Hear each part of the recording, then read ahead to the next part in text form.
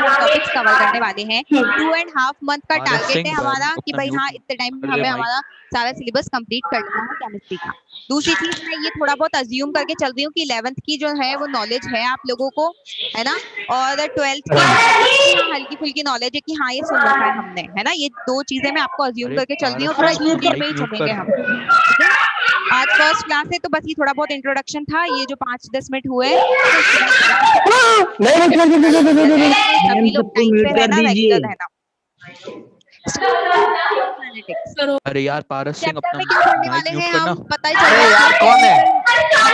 Chemical अबे chemical यार, अरे केमिस्ट्री में क्या यार होती है, कौन कर रिएक्शन रहा है ये होती है। सब? और काइनेटिक्स में हम क्या पढ़ते हैं, स्पीड, अबे हाँ बहुत पारस हाँ बढ़िया। बंद कर। वेलोसिटी, डिस्टेंस, ये सब भी पढ़ते हैं हम, मोदी जी है बंद कि नहीं। तो कीजिए। मतलब यहाँ पर अगर हम रिलेट करें कि केमिस्ट्री में केमिकल काइनेटिक्स का क्या मतलब है, केमिस्ट्री में केमिकल काइनेटिक्स का क्या मतलब है, मतलब कि हम केमिकल रिएक्शंस की स्पीड के बारे में डील करने वाले हैं इस चैप्टर में, ठीक है। किसके बारे में, कि जो केमिकल रिएक्शंस होती हैं, क्या होती हैं, केमिकल रिएक्शंस की हम स्पीड, पर यहाँ हम स्पीड नहीं बोलूंगी मैं, क्या बोलूंगी उसको, रेट, क्या बोलूंगी उसको, रेट।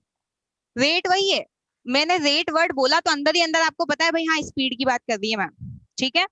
ध्यान से सुनो, केमिकल काइनेटिक्स में हम कोई भी रिएक्शन है वो भाई फास्ट हो रही है, कितनी फास्ट हो रही है, कितनी स्लो हो रही है, या मॉडरेट रेट पे हो रही है, किस रेट से रिएक्टेंट कंज्यूम हो रहा है, किस रेट से प्रोडक्ट फॉर्म हो रहा है, उसके बारे में हम इस चैप्टर में डिस्कस करने वाले हैं, ठीक है। उसके बाद हम इसमें पढ़ने वाले हैं कि कोई भी रिएक्शन होती है, ठीक है, वो फर्स्ट ऑर्डर की होगी, जीरो ऑर्डर की होगी, सेकंड ऑर्डर की होगी, ठीक है। उसके बाद हाफ लाइफ वर्ड सुन रखा है आप लोगों ने, सुन रखा होगा भाई कि कोई रेडियो एक्टिव सब्सटेंस होता है उसकी हाफ लाइफ होती है कुछ, ठीक है। इन सब के बारे में हम डिस्कस करने वाले हैं इस पूरे चैप्टर में, है ना। ऑल अबाउट रिएक्शंस और उनके क्या रेट होगी, है ना, किस तरह से हाफ लाइफ होगी, ये सब हम डिस्कस करेंगे। क्या फैक्टर्स होते हैं, क्या फैक्टर्स है जिन पे रेट ऑफ रिएक्शन डिपेंड करती है, मतलब कि भाई स्पीड कैसे बढ़ेगी किसी रिएक्शन की, ठीक है। तो ऑल अबाउट चैप्टर का मैंने एक बार समराइज करके बता दिया क्या क्या हम इस चैप्टर में पढ़ने वाले हैं। स्टार्ट करते हैं। सबसे पहले रिएक्शंस बता देती हूँ मैं, देखो रिएक्शंस जो है अगर मैं रेट के हिसाब से क्लासीफाई करूं तो 3 पार्ट्स में होगी। रिएक्शंस जो है अगर मैं रेट के हिसाब से क्लासीफाई करूं तो नो डाउट 3 पार्ट्स में होगी। कौन कौन सी, एक तो फास्ट रिएक्शंस, ठीक है, एक होगी मॉडरेट रिएक्शंस, और एक होगी सबसे पहले स्लो रिएक्शन। सबसे लास्ट में कौन सी रिएक्शन आएगी, स्लो रिएक्शन। फास्ट रिएक्शन नाम से समझ में आ रहा है भाई, बहुत ही फास्ट हो जा रही है, माइक्रो सेकेंड, मिली सेकेंड्स, नैनो सेकेंड्स में कंप्लीट हो जा रही है। मतलब जैसे ही आपने उन दो रिएक्टेंट्स को मिक्स किया, जैसे ही आपने, हाँ मॉलिक्यूलरिटी वगैरह भी पढ़ाया जाएगा, ऑर्डर ऑफ रिएक्शन मॉलिक्यूलरिटी में डिफरेंसेस पूछे जाते हैं, पूछे ही जाते हैं, है ना, बोर्ड के पेपर। जब जैसे जैसे टर्म्स आएंगे वैसे वैसे बताऊंगी, अभी तो ये बेसिक चीज है, ये तो बस आपको आइडिया होना चाहिए, पूछा तो नहीं जाता इनके बारे में, आइडिया होना चाहिए बस। फास्ट रिएक्शंस जो होती हैं भाई, रिएक्टेंट को मिक्स करते ही प्रोडक्ट बन गया भाई, मतलब माइक्रो सेकंड बस, मिली सेकंड बस, समझ रहे हो, जैसे ही आपने रिएक्टेंट्स को मिक्स किया प्रोडक्ट फॉर्म हो गया, ठीक है। मतलब लाइक कि जैसे 10⁻⁻5 सेकंड, 10⁻10 सेकंड्स में क्या बन गया, आपका प्रोडक्ट फॉर्म हो गया। मतलब कि आप देखोगे फास्ट रिएक्शंस के एग्जांपल कौन कौन से हो गए, न्यूट्रलाइजेशन रिएक्शन पढ़ रखी है, हाँ एसिड बेस को मिलाओगे आप, बहुत ही फास्ट रिएक्शन होती है ये, समझ रहे हो, बहुत ही फास्ट रिएक्शन होती है, इतनी फास्ट कि हम भाई इनसे हमें मतलब भी नहीं, इनकी हम रेट डिटरमाइन भी नहीं कर पाते हैं। तो हमें इस चैप्टर में फास्ट रिएक्शन से कोई मतलब नहीं है, ठीक है। उसके बाद पढ़ते हैं स्लो रिएक्शन। स्लो रिएक्शन भाई बहुत ही धीरे चलती है वो रिएक्शन, सालों साल चलती रहती है। कोई एग्जांपल बताएगा इसी रिएक्शन का केमिस्ट्री में, रस्टिंग, रस्टिंग ऑफ आयरन, वही 2 दिन 3 दिन में तो हो नहीं जाती रस्टिंग, है कि नहीं है, सालों साल चलती है, सालों लग जाते हैं उसको होने में, बहुत ही स्लो प्रोसेस होता है, कौन सा, रस्टिंग ऑफ आयरन। अब भाई इतना हमारे पास टाइम नहीं है कि हम इनकी रेट निकालने, क्या मिलेगा हमें इसकी रेट को निकाल के भी हमें क्या फायदा होगा, कोई सेंस नहीं है, ठीक है। तो हम इसके बारे में भी नहीं पढ़ने वाले इस चैप्टर में। अब कौन सी बची, मॉडरेट रिएक्शंस, मॉडरेट रिएक्शंस के बारे में पढ़ने वाले हैं हम इस चैप्टर में। मॉडरेट रिएक्शंस क्या होती हैं, मतलब भाई ना तो ज्यादा ही स्लो, वो इतनी ज्यादा फास्ट भी नहीं हो जाती, उतनी ज्यादा स्लो भी नहीं होगी, है ना, एक मॉडरेट उस पे होगी। ठीक है, एक भाई कोई भाई 10 सेकंड में हो रही है, 15 सेकंड में हो रही है, 10 मिनट में, 15 मिनट में, है ना। समझो, इतना इतना अगर हम ऐसी कोई रिएक्शन हो रही है तो हाँ भाई हम उसको क्या कर सकते हैं, उसकी रेट के बारे में हम अगर कैलकुलेट भी करें तो भाई हाँ ठीक है, हमें पता चल जाएगा। तो हम किसके बारे में पढ़ने वाले हैं इस चैप्टर में? Moderate reaction. अब मॉडरेट रिएक्शन के एग्जाम्पल कौन से हो गए? जो मॉलिक्यूलर वाली रिएक्शंस होती हैं, कौन कौन सी? जैसे for example like N2 plus thrice H2 से ट्वाइस NH3। ठीक है, ये वाली रिएक्शन। दूसरी reaction C12H22O11 plus H2O, inversion of sugar, पढ़ रखा है। C6H12O6 ग्लूकोज और फ्रक्टोज। ये दोनों सेम ही मॉलिक्यूलर फॉर्मूला होता है ग्लूकोज और फ्रक्टोज का, पता है ना। ठीक है, स्ट्रक्चर अलग अलग होते हैं दोनों के। ये क्या हो गया ग्लूकोज, और ये क्या हो गया फ्रक्टोज। आप लोगों को दिख रहा है ना क्लियर? ओ सॉरी, C12H22O11, हाँ ठीक है, दिख रहा है मतलब क्लियर। ठीक है, क्लियर है ना, ठीक है। तो हम किसके बारे में पढ़ने वाले हैं? Molecular sorry moderate reactions. ठीक है भाई, हाँ, जो ना तो ज्यादा टाइम ले रही है ना ज्यादा स्लो हो रही है। उसके बाद में अब हम आ जाते हैं रिएक्शंस, भाई कौन सी वाली पढ़ने हैं वो तो मैंने बता दिया, नोट डाउन कर लिया सभी ने। थोड़ा जल्दी, थोड़ा सा क्विक रहना है ना, क्योंकि पता है ना हमें, ये दिमाग में रखना भाई 2.5 मंथ में हमें सिलेबस करना है कंप्लीट। कर लिया नोट डाउन आप लोगों ने? इन लोगों ने किया है नहीं किया? ठीक है चलो, बस हो गया टाइम। थोड़ा सा क्विक रहना, मैं पहली कह रही हूँ। ठीक है, उसके बाद में हम नेक्स्ट पढ़ने वाले हैं, रेट ऑफ रिएक्शन पे आ जाते हैं। भाई हमें तो इतना तो पता चल गया इन्हीं किस टाइप की रिएक्शन से हमें डील करना है इस चैप्टर में। अब हम आ जाते हैं नेक्स्ट हमारे रेट ऑफ रिएक्शन पे।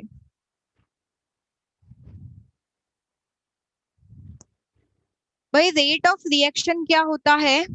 रेट ऑफ रिएक्शन होता है plus minus change in concentration upon change in time. समझ रहे हो? अरे भाई स्पीड क्या होता है? Change in distance upon change in time. वैसे ही रेट ऑफ रिएक्शन क्या होता है? Change in concentration. मतलब भाई कि आपको किसी रिएक्शन की रेट निकालना है, मतलब कि उसका क्या हो रहा होगा? कंसेंट्रेशन चेंज हो रहा होगा। किसका concentration? Change in concentration. Change in concentration of reactant, change in concentration of reactant upon change in time. और यहां पे आता है minus sign, minus delta. Concentration को कैसे लिखते हैं वो देख लो आप लोग।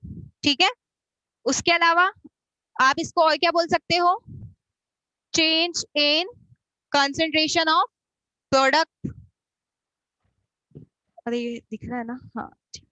Change in concentration of product divide by change in time. तो आप इसके केस में आप यहाँ पे ये अलग है। एक सेकेंड, आप लोगों को यहाँ पे थोड़ा सा वो हो सकता है कि भाई यहाँ पे रिएक्टेंट जो है ये आर जो है, इसको सपोज आर डैश से डिनोट कर लो। ठीक है, वरना आप यहाँ पे तो फिर इसको आर ओ आर लिखो। ठीक है, इसको आर ओ आर लिख दो। ठीक है, ताकि किसी को कोई कंफ्यूजन नहीं हो। यहाँ पे पॉजिटिव साइन आएगा, positive delta P divide by delta T. ध्यान से सुनना, नोट डाउन करते जाना साथ के साथ में, ध्यान से सुनो। रेट ऑफ रिएक्शन क्या होता है? Change in concentration. मतलब भाई change in concentration of reactant divide by change in time. Change in concentration of product divide by change in time, है ना। या तो रेट ऑफ रिएक्शन ये हो गया, या फिर इन दोनों से हम रेट ऑफ रिएक्शन को क्या कर सकते हैं? एक्सप्लेन कर सकते हैं। दूसरी चीज, यहाँ पे नेगेटिव साइन क्यों आया? ये नेगेटिव साइन यहाँ पर जो है वो, ये नेगेटिव साइन क्यों आया है? क्योंकि जो रिएक्टेंट है उसका कंसेंट्रेशन क्या हो रहा है? डिक्रीज होता जा रहा है। समझ रहे हो? जैसे फॉर एग्जाम्पल, अगर आपने यहाँ पे दिख रहा है ना, आपने यहाँ पे ए से बी बन रहा है। ठीक है, ए रिएक्टेंट है, उससे प्रोडक्ट क्या बन रहा है? बी बन रहा है। सबसे पहले स्टार्टिंग में ये कितना है? 100 है, और कंसेंट्रेशन की यूनिट क्या होती है? मोल पर लीटर। अरे यार, C is equal to N upon V नहीं पढ़े हो क्या? Concentration is equal to number of moles upon volume of solution, ठीक है। C is equal to N, तो मोल पर लीटर, 100 मोल पर लीटर था, और ये प्रोडक्ट क्या होगा इनिशियली, 0। अरे भाई कुछ है ही नहीं, अभी तो रिएक्शन स्टार्ट ही नहीं हुई है, रिएक्टेंट पूरा का पूरा, तो ये टाइम के साथ में क्या होता जाएगा, कम होता जाएगा। ये 75 रह गया तो ये 25 हो गया, ठीक है। उसके बाद जैसे ये 50 हो गया तो ये कितना हो गया, 50 हो गया। उसके बाद ये 25 हो गया तो फिर ये कितना हो जाएगा, 75। फिर ये क्या हो जाएगा, 0, ये कितना हो जाएगा, 100। समझ रहे हो। और ये किसके साथ में, टाइम के साथ में वेरी होता जाएगा, टाइम के साथ में वेरी होता जाएगा। तो आप देख रहे हो कि भाई जो रिएक्टेंट का कंसेंट्रेशन है वो क्या हो रहा है, टाइम के साथ में कम होता जा रहा है, और प्रोडक्ट का कंसेंट्रेशन टाइम के साथ में क्या होता जा रहा है, बढ़ता जा रहा है। दूसरी चीज हमेशा ध्यान रखना कि यहाँ पे जो डेल्टा आर है उसको मैं किससे बताऊंगी, R2 minus R1। Delta R क्या होता है, R2 minus R1 divide by delta T, और डेल्टा पी क्या होता है, P2 minus P1 divide by delta T. अच्छा अब मुझे एक बात बताओ, क्या रेट ऑफ रिएक्शन हमेशा पॉजिटिव होगी या रेट ऑफ रिएक्शन नेगेटिव भी हो सकती है। रेट ऑफ रिएक्शन, किसी भी रिएक्शन की रेट पॉजिटिव होती है, नेगेटिव होती है क्या, थोड़ा सा दिमाग लगाओ आप मुझे कि मैम यार यहाँ पे तो नेगेटिव साइन है तो रेट तो नेगेटिव होनी चाहिए, भाई आपने यहाँ पे नेगेटिव लिखा है तो यहाँ तो नेगेटिव, यहाँ पे भी नेगेटिव, लेकिन पर ब्रैकेट के अंदर क्या है, R2 माइनस R1। R1 ज्यादा है कि R2, R1 ज्यादा है, R1 ज्यादा है, तो ये नेगेटिव नेगेटिव पॉजिटिव, तो रेट ऑफ रिएक्शन हमेशा कैसी, पॉजिटिव। क्लियर हो गई ये बात। सिमिलरली यहाँ पे क्या है, P2 माइनस P1, P2 ज्यादा है कि P1, P2 P2 P2 ज्यादा है ना, P2 क्या है फाइनल, P1 क्या है इनिशियल, P2 ज्यादा है, P2 माइनस P1 क्या हो गया, पॉजिटिव। ठीक है, क्लियर हो गई ये बात यहाँ तक, ये दो चीजें क्लियर है, ठीक है। मैं ग्राफ बताती हूँ, इतनी चीजें दिमाग में रखना, ये सब चीजें जल्दी जल्दी नोट डाउन भी करते जा रहा करो साथ में।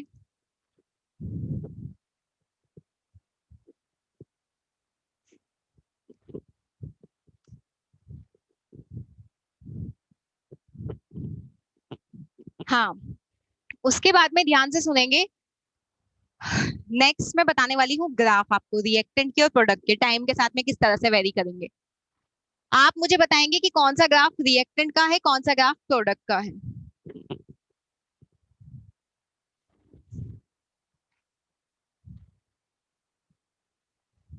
इन दोनों में से दोनों ग्राफ टाइम के साथ में वेरी कर रहे हैं, ये वाला फर्स्ट वाला ग्राफ प्रोडक्ट का है या रिएक्टेंट का है, रिएक्टेंट का। रिएक्टेंट टाइम के साथ में क्या होता जा रहा है, कम होता जा रहा है ना, तो ये यहाँ पे क्या आएगा, रिएक्टेंट का ग्राफ है ये।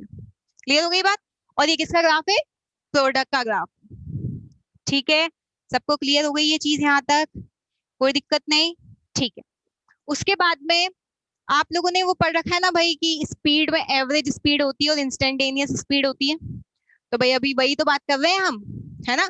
तो यहाँ पे भी दो टर्म आएंगे, कौन कौन से, एक तो आएगा आपका एवरेज रेट और एक आएगा आपका इंस्टेंटेनियस,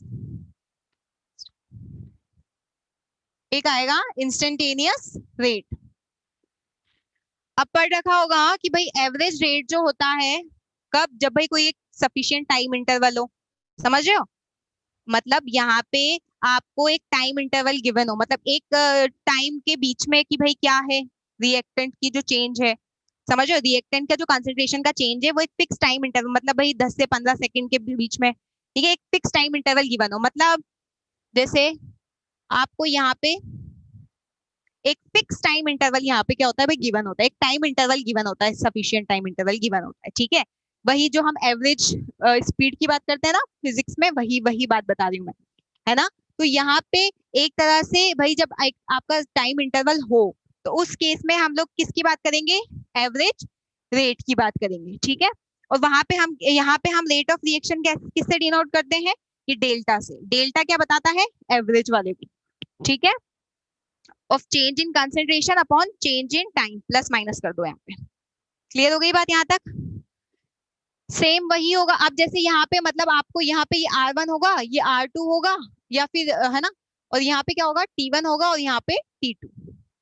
ठीक है, इंस्टेंटेनियस सिमिलर यही ग्राफ आप यहाँ पे प्रोडक्ट के लिए भी कर सकते हो। T1 T2 निकाल के आपको अगर उसने ग्राफ दे दिया, ग्राफ दे के आपको ये 2 पॉइंट्स दे दिए, यहाँ पे ये 2 पॉइंट्स दे दिए आपको, है ना, उसने बोल दिया कि भाई 10 से 15 सेकंड में आप रेट ऑफ रिएक्शन की वैल्यू कैलकुलेट करके बताओ। तो क्या करना, ये रेट ऑफ ये R1 R2 निकाल लेना, R1 R2 का जो चेंज है डिवाइड बाय टाइम का चेंज है, जो भी ये प्लस करके आंसर हो जाएगा, वो तो प्लस में ही आने वाला है आंसर। ठीक है, उसके बाद में अगर मैं इंस्टेंटेनियस की बात करूं, इंस्टेंटेनियस के लिए भी सॉरी एवरेज के लिए यही प्रोडक्ट का होगा। यहाँ पे भी दो पॉइंट्स निकाल लोगे आप, यहाँ पे भी एवरेज के यहाँ पे भी 2 पॉइंट्स निकाल लोगे। यहाँ पे क्या हो जाएगा, ये P1 सॉरी T1 T2, और यहाँ पे क्या हो जाएगा, ये P1 P2। ठीक है, और जैसे यहाँ पे देख रहे हो आप कि भाई जो R1 है वो यहाँ पे क्या है, और एक यहाँ पे क्या है, प्रोडक्ट है, P2 ज्यादा है, यहाँ पे R1 कम है ना, उससे भी समझ में आ रहा है भाई R1 ज्यादा है तो होता है कि R2 ज्यादा होता है ना, वो सब क्लियर है। अब आते हैं हम बात इंस्टेंटेनियस की बात कर लेते हैं। इंस्टेंटेनियस मतलब कोई फिक्स इंस्टेंट पे, है ना, एक टाइम पे, समझ रहे हो, एक किसी इंस्टेंट पे किसी टाइम पे। तो वो कैसे कैलकुलेट करते हैं हम, अगर मैं इसके लिए ग्राफ बना के बताऊं आपको, तो अगर किसी इंस्टेंट पे किसी टाइम के लिए अगर हमें कैलकुलेट करना है तो हम क्या करेंगे, कैसे कैलकुलेट करते हैं ग्राफ में, किसी को पता है, इंस्टेंटेनियस स्लोप से, किससे कैलकुलेट करते हैं, स्लोप से। देखो किसी इंस्टेंट पे निकालना है, तो इंस्टेंट पे निकालना है ना, तो आप क्या करोगे, टेंजेंट ड्रॉ करोगे इस कर्व पे। अगर आपको किसी एक टाइम इंस्टेंट पे, मतलब एक भाई आपको 5 सेकंड पे क्या है ना, 5 सेकंड पे क्या है एग्जैक्ट रेट ऑफ रिएक्शन, किसी एक इंस्टेंट पे बताना है, तो क्या करोगे, टेंजेंट ड्रॉ करोगे। ठीक है, और टेंजेंट ड्रॉ करते हो तो क्या आएगा भाई, टेन थीटा किसके बराबर होता है, स्लोप, स्लोप क्या होता है, जैसे ये आर है ये टी है, तो आप इसको क्या लिखते हो, dr/dt। ठीक है, आगे बात समझ में, आप लोगों को क्लियर हो रहा है। कैमरे का फ्रंट, हाँ बेटा बोर्ड्स में कैसे लिखना है ना, वो मैं बताती हूँ। ये इन पे क्वेश्चन, ये सिर्फ बेसिक टर्म्स हैं, ये आपको पता होनी चाहिए। अभी तक क्वेश्चन नहीं आया है बोर्ड का, समझ रहे हो, अभी तो अभी तो हम ईंट बना रहे हैं, अभी तो बस, हाँ ठीक है, समझ रहे हो, अभी तो हम घर बनाना हमने स्टार्ट किया है, अभी जब क्वेश्चन आएगा ना तो उसमें ये सब चीजें यूज में आएगी। ठीक है, अभी जब आगे हम न्यूमेरिकल करेंगे ना, तब ये सब चीजें यूज में आएगी, तब आपको पता होना चाहिए, और ये सब न्यूमेरिकल, इस पे कोई थ्योरेटिकल क्वेश्चन आएगा नहीं कि किस तरह से लिखना है, तो वो मैं एक्सप्लेन करूँ। ठीक है, उसके बाद में वैसे ही सिमिलरली अगर आपको प्रोडक्ट के लिए कैलकुलेट करना है, तो प्रोडक्ट वाले कर्व पे क्या कर देना, आप टेंजेंट ड्रॉ कर देना। ठीक है, प्रोडक्ट वाले कर्व पे टेंजेंट ड्रॉ कर देना। ठीक है, उससे क्या आ जाएगी आपकी रेट ऑफ रिएक्शन, कैसे बताओगे, dp/dt। क्लियर हो गई ये बात, यहाँ तक सबको क्लियर है। ये तो बिल्कुल भाई बेसिक चीजें थी जो मैंने एक्सप्लेन कर दी है ना, अभी क्वेश्चंस बनेंगे ना तब आपको पता चलेगा इसका क्या रोल था। ठीक है, क्वेश्चंस बनेंगे, बस आपको अभी रेट ऑफ रिएक्शन क्या होती है वो बताना था मुझे। एवरेज इंस्टेंटेनियस से ज्यादा कुछ खास पूछा नहीं जाता इसमें से। ठीक है, ज्यादा से ज्यादा आपको एक कर्व दे देगा, पूछ लेगा भाई रिएक्टेंट का है कि प्रोडक्ट का ही है, समझ रहे हो, और या फिर इसमें 2 पॉइंट्स दे दिए भाई, निकालो वैल्यू कैलकुलेट करो, 1 मार्क में आपको 4 ऑप्शन में उसने खुद ने कोई वैल्यूज दे रखी है। दूसरा असर्शन रीजन में बोल सकता है कि भाई रेट ऑफ रिएक्शन जो होती है वो पॉजिटिव होती है। ठीक है, समझ रहे हो, और दूसरे रीजन में आपको दे दिया रेट ऑफ रिएक्शन नेगेटिव होती है, समझ रहे हो। असर्शन रीजन में भी आपको किस टाइप से क्वेश्चंस करते हैं वो हम आगे और डिस्कस करेंगे, जैसे जैसे आएगा वैसे वैसे और डिस्कस करते जाएंगे। यहाँ तक नोट डाउन कर लिया ना, ठीक। उसके बाद में हम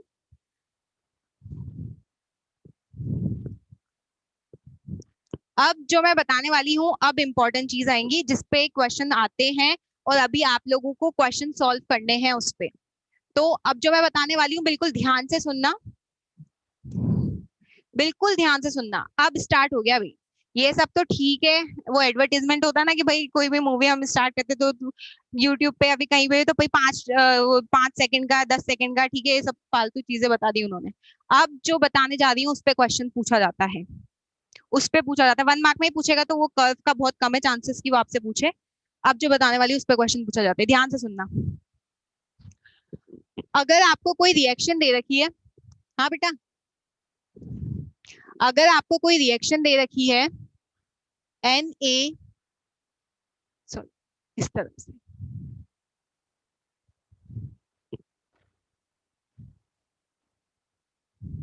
ठीक है। ध्यान से सुनना, अगर आपको कोई रिएक्शन दे रखी है और इस रिएक्शन के लिए आपको रेट ऑफ रिएक्शन लिखनी है, बहुत इंपॉर्टेंट बात है, अगर कोई रिएक्शन दे रखी है इसके लिए आपको रेट ऑफ रिएक्शन लिखनी है। न्यूमेरिकल क्वेश्चन नहीं आएगा इस पे, ठीक है, इसका कोई डेरिवेशन वगैरह नहीं पूछाएगा, न्यूमेरिकल क्वेश्चन। इसके लिए रेट ऑफ रिएक्शन कैसे लिखोगे, ध्यान से सुनो। रिएक्टेंट है भाई, यहां तक तो मैंने बता दिया था, change in concentration upon change in time लिख दोगे, यहां तक तो किसी को कोई डाउट नहीं ना। डिवाइड बाय इनका स्टेक्योमेट्रिक कोफिशिएंट,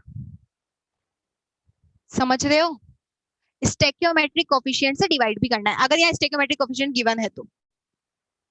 नहीं गिवन है तो ढूंढने मत लग जाना, वन है, वन है, ठीक है, अगर नहीं गिवन है तो वन है उसकी वैल्यू। उसके बाद सिमिलरली नेगेटिव ऑफ, यहाँ क्या लिखोगे, delta of B upon D T, और यहाँ पे क्या लिखोगे, into one upon B, small B. इस पे क्वेश्चन पूछे जाते हैं, मैं करवाऊंगी, इसलिए ध्यान से सुन लो। फिर प्रोडक्ट का होगा भाई one upon C, delta of C upon delta of T. अब भाई ये पॉजिटिव नेगेटिव क्यों आ रहे हैं वो मैं बता चुकी हूँ, क्योंकि रेट ऑफ रिएक्शन पॉजिटिव होती है। उसके बाद में यहाँ पे क्या है, one upon D, delta of D upon delta of T. हम पूरे चैप्टर में एवरेज की बात करने वाले हैं, ठीक है। अब ध्यान से सुनो, ठीक है, अगर आपको यहाँ पे ए बी सी डी अगर यहाँ पे कुछ दिया है, ठीक है, नहीं दिया है, वन वन वैल्यूज देख के आपको यहाँ पे कर देना है सॉल्व क्वेश्चन को, ठीक है। अब ये बात आती है कि भाई इनके स्टेक्योमेट्रिक कोफिशिएंट से क्यों डिवाइड किया, है ना। जैसे फॉर एग्जांपल अगर मैं बात करूं N2 प्लस थ्राइस H2 से बना है ट्वाइस NH3, है ना।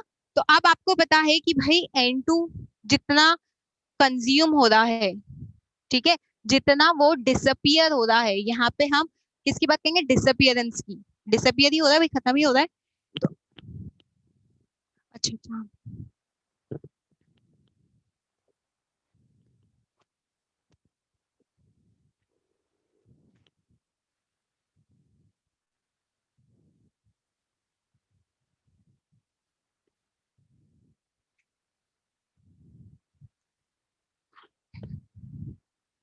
ठीक है।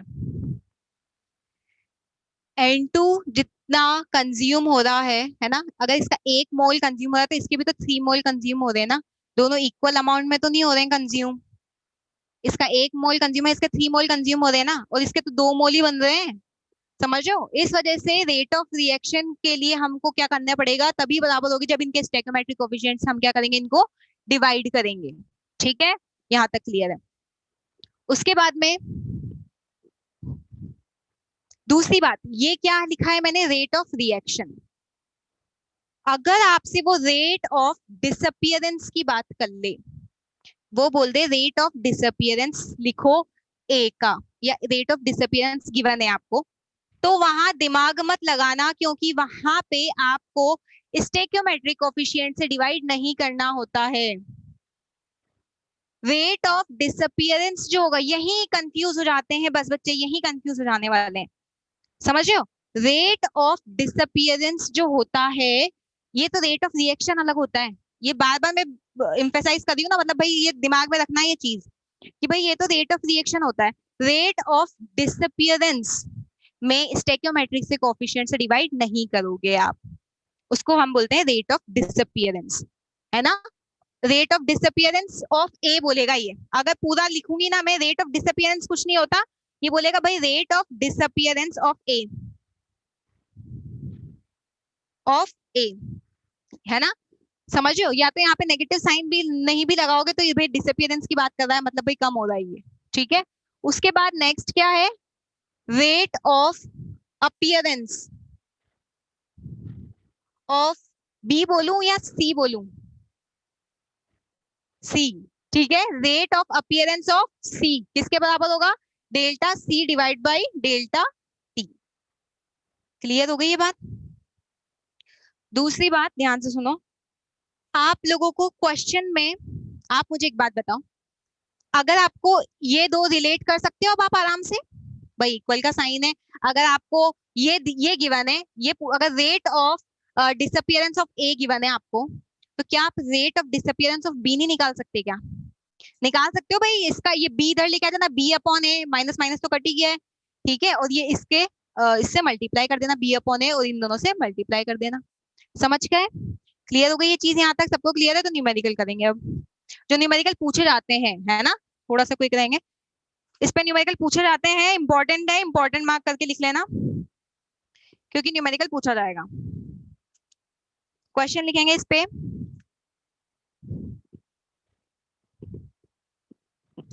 रेट ऑफ अपीयरेंस, रिएक्शन और ये डिसअपियरेंस, ये पता चल गया है, ये याद रखना, कंफ्यूज मत हो जाना, ध्यान से सुनेंगे।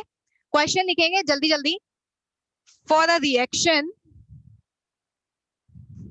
For a reaction 2a plus 3b 4c plus 5d, ठीक है। if concentration of a changes from, if concentration of a changes from 0.04 to 0.02 mole per liter in 20 seconds, find out first rate of reaction, second rate of disappearance of A and B, third rate of appearance of, appearance या formation हो जाए ना, तो भाई ऐसा नहीं कि formation word आ गया हम तो वही क्या है, पढ़ाई नहीं है ना, ऐसा नहीं हो जाना है। सी एंड डी जल्दी से कैलकुलेट करके बताओ, देखते हैं सबसे फर्स्ट कौन बताता है। कैलकुलेट करेंगे। हाँ ऑफलाइन मयंक कौन सा 304 में है, ए 304 में।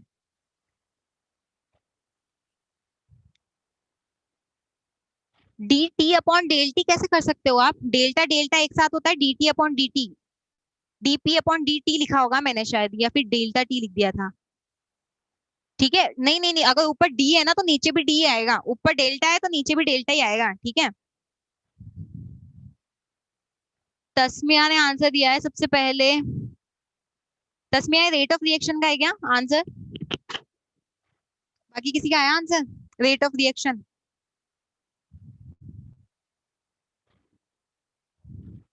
0.0005। और किसी का? रेट ऑफ रिएक्शन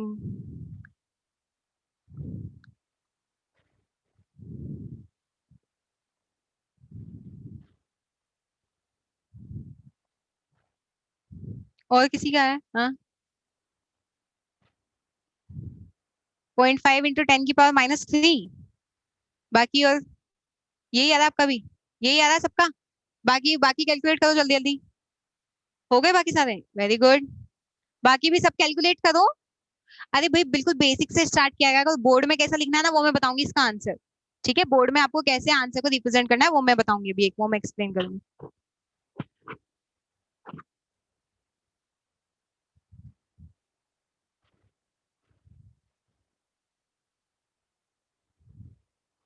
सभी का आ गया? रेट ऑफ रिएक्शन तो निकाल दी होगी ना? हाँ हाँ, रेट ऑफ रिएक्शन तो मैं इतना तो एक्सपेक्ट कर रही हूँ आप लोगों से कि रेट ऑफ रिएक्शन तो निकाल दी होगी आप लोगों ने।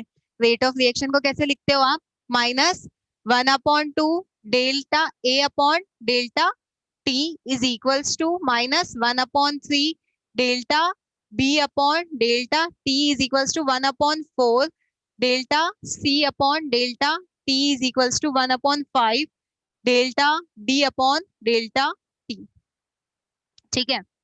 उसके बाद भाई अरे रेट ऑफ रिएक्शन पूछी है और यहाँ पे क्या दे रखा है -1/2, ठीक है। डेल्टा ऑफ ए, हमें ए का ही तो दे रखा है कंसेंट्रेशन चेंज, ठीक है। तो कहाँ से कहाँ फाइनल क्या हो जाएगा 0.02 minus 0.04 divide by change in time कितना है 20 सेकेंड, मतलब भाई 0 से 20 की बात कर रहा है, इन 20 सेकेंड्स बोल रहा है ना, तो भाई 0 से ही माना होगा 20 सेकेंड, वरना ये बोलता था भाई 15 से 20 के बीच में अगर देना होता तो यहाँ पे फाइनल कितना आ जाएगा 20, ठीक है।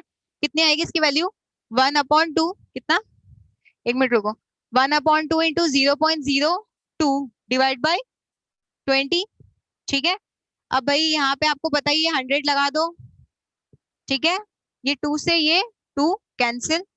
अरे हाँ ठीक है, तो अब कितना आ जाएगा 0.5 इंटू 10⁻³ और यूनिट लिखना है वरना मार्क्स कट जाएंगे। ठीक है, रेट ऑफ रिएक्शन की यूनिट क्या होती है? मोल पर लीटर पर सेकेंड। मोल पर लीटर पर सेकेंड। किसी को डाउट तो नहीं है ना कि सेकेंड क्यों लिखा? अरे भाई कंसेंट्रेशन की मोल पर लीटर, टाइम की सेकेंड पर सेकेंड। उसके बाद जल्दी से रेट ऑफ, मैं डिसअपियरेंस और रेट ऑफ अपीयरेंस बता देती हूँ जल्दी से आप लोगों को। डिसअपियरेंस किसका? ए का बता देती हूँ, बी का आप लोग खुद से कैलकुलेट कर लेना। ए का कैसे लिखोगे? रेट ऑफ डिसअपियरेंस ऑफ ए कितना होगा? -0.04 माइनस 0.02 डिवाइड बाई 20। स्टेकियोमेट्रिक से डिवाइड नहीं करना है हमें। ठीक है, कर लेना बेटा, बाकी भी कैलकुलेट, प्लस में आएगा आंसर। उसके बाद रेट ऑफ अपीयरेंस है ना, रेट ऑफ फॉर्मेशन ऑफ सी की बात कर रहा है। अब देखो माइनस साइन आएगा ना, मोड ले लेना।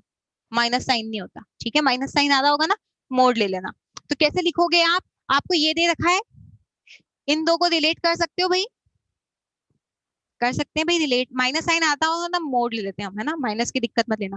तो वो कैसे कैलकुलेट करोगे? हमें इसकी वैल्यू पता है, इसको क्या लिखोगे? कैसे लिखोगे? रेट ऑफ भाई -1/2। ठीक है, और यहाँ पे ये क्या लिखोगे आप? 0.04 minus 0.02 divide by 20 is equals to, इन दोनों को रिलेट करना है हमें। यहाँ पे क्या लिखोगे? 1/4 आ रहा है भाई, माइनस तो आ ही नहीं रहा है कुछ भी। Delta C upon delta T चाहिए आपको, तो अब भाई delta C upon delta T निकाल लोगे, यही तो होता है रेट ऑफ अपीयरेंस या rate of formation of C, यही होता है। सबको समझ में आ गया? किसी को भी डाउट हो तो अभी बता दो, नहीं तो फिर। ठीक है, उसके बाद में नेक्स्ट क्वेश्चन लिखेंगे। हाँ बेटा, आप लोगों के हो गए डाउट? सी, एक बार फिर से सी वाला बोर्ड में, हाँ एग्जैक्टली बोर्ड में आपको ऐसे ही लिखना है, सेम बोर्ड में ऐसे ही लिखना है। सबसे पहले रेट ऑफ रिएक्शन वाली लाइन लिख देना ये कि भाई ये होती है रेट ऑफ रिएक्शन। ठीक है, उसके बाद रेट ऑफ रिएक्शन कैसे लिखोगे आप? Is equals to -1/2। अभी वो होता है ना कि थोड़ा सा और अगर आप लिखोगे यहाँ पे तो क्या लिख देना? रेट, अब ये तो यहाँ पे लिख ही रखा है आपने, चलो छोड़ो, ये तो यहाँ पे लिख ही रखा है।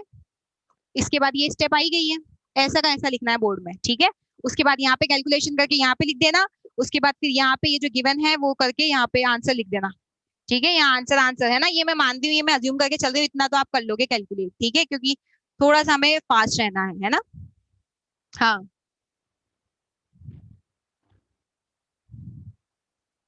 डिवाइड किया क्या मैंने? हाँ तो बेटा इसमें तो करना पड़ा ना, अब मैं क्या करूंगी? 4 को इधर लेके आऊंगी, आई बस में, तो ये क्या आ जाएगी? ठीक है, रेट ऑफ फॉर्मेशन आ जाएगी। आई बस में, वो 1/4 तो मुझे करना पड़ रहा था ना, क्यों? क्योंकि मुझे इन दो को रिलेट करना था। मुझे इन दो से ही तो मैं ये इसकी वैल्यू लेके आ पाऊंगी, इसकी वैल्यू यहीं से तो आएगी। ठीक है, इसलिए कर रहा था, है ना। नेक्स्ट क्वेश्चन लिखेंगे, देखते हैं इसमें कौन देता है सबसे पहले आंसर। बाकी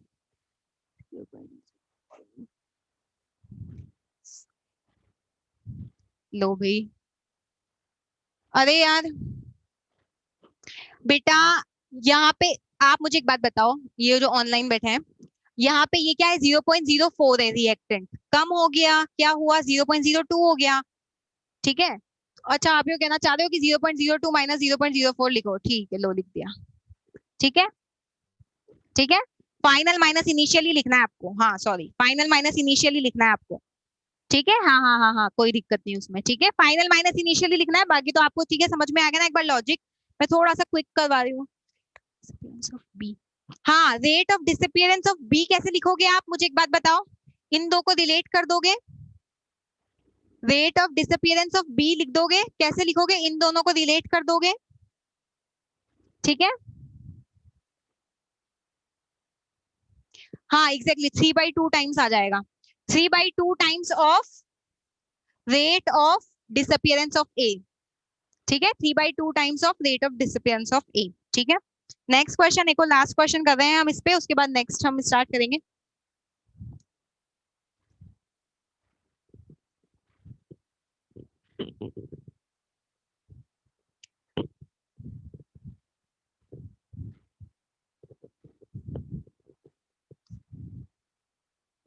नेक्स्ट क्वेश्चन लिखेंगे, ट्वाइस ऑफ N2O5 से बना है 4 ऑफ NO2 प्लस O2। इसमें मैं और एग्जैक्ट लिख के बता दूंगी कि बोर्ड में कैसा लिखना है आपको, ठीक है। हाँ, if rate of appearance of NO2 rate of appearance of NO2 is 2 mole per liter per second, mole per liter per second, find rate of reaction बताओ, second rate of disappearance of N2O5। जल्दी जल्दी calculate करो।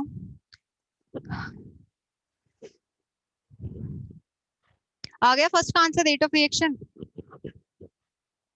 ठीक है, second भी calculate करो जल्दी से। हाँ, आदिश जैन ने सही बताया आंसर।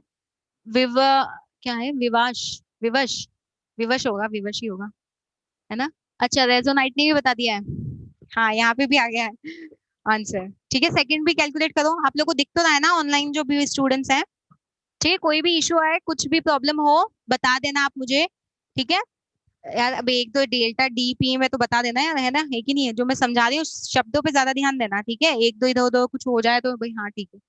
स्टार्ट करते हैं, मैं बता देती हूँ, ठीक है। तो जल्दी से बता देती हूँ। ये तो सभी स्टूडेंट्स ने कैलकुलेट कर लिया होगा, नहीं किया होगा तो बेटा फिर तो अब समझ लो मेहनत बहुत ज्यादा करने की जरूरत है। कैसे कैलकुलेट करोगे रेट ऑफ रिएक्शन, बोर्ड में कैसे लिखोगे, यहाँ लिखना आंसर रेट ऑफ रिएक्शन। कैसे लिखोगे, सबसे पहले यहाँ वहां पे बोर्ड में पूरी लाइन लिख के आना है रेट ऑफ रिएक्शन की, है ना। पूछा जाता है ये वाला क्वेश्चन बहुत बार, 1 मार्क में पूछा जाएगा। अगर पूछा 1 मार्क में पूछा जाएगा तो बस आंसर बता देना, और फिर ज्यादा में पूछा जाएगा पूरा लिख के आ जाना। ठीक है, 1/4 of delta of NO2 divide by delta of T, delta of O2 divide by delta of T. ठीक है, हाँ भाई, माइनस प्लस प्लस ये हो गया सारा।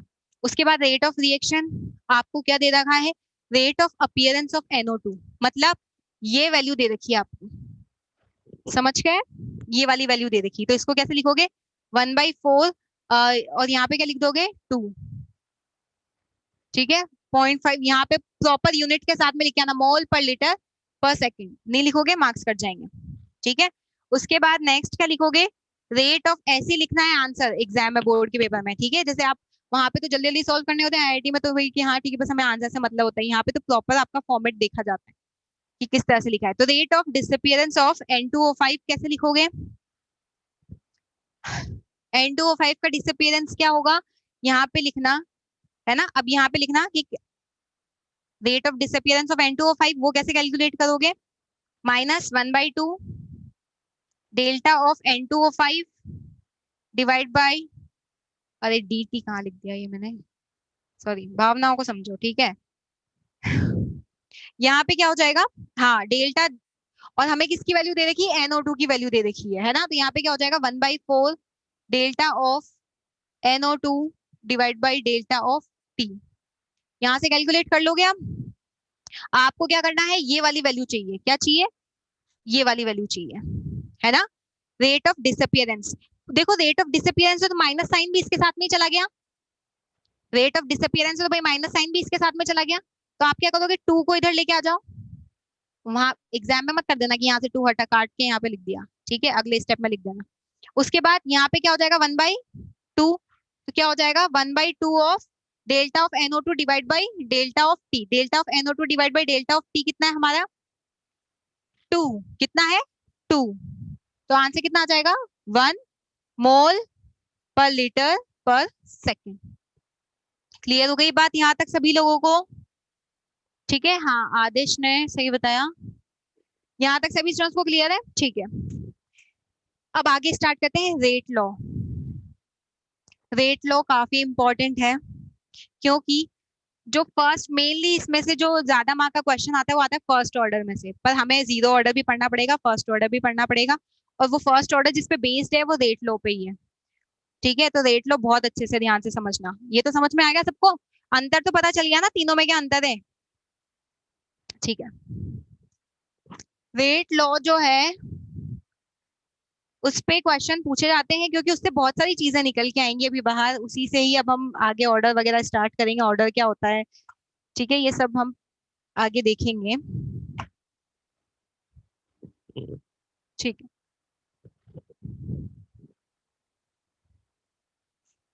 इस पे क्वेश्चंस करना और घर जाके, ठीक है, जो भी इसमें एनसीईआरटी, बस एनसीईआरटी के इंटेक्स क्वेश्चन, एग्जाम्पल और एक्सरसाइज कर लेना, ठीक है, इनफ है वो। रेट लॉ, रेट लॉ क्या होता है, रेट ऑफ रिएक्शन, जैसे सपोज पहले मैं वो लिख देती हूँ, कोई रिएक्शन है सपोज आपको,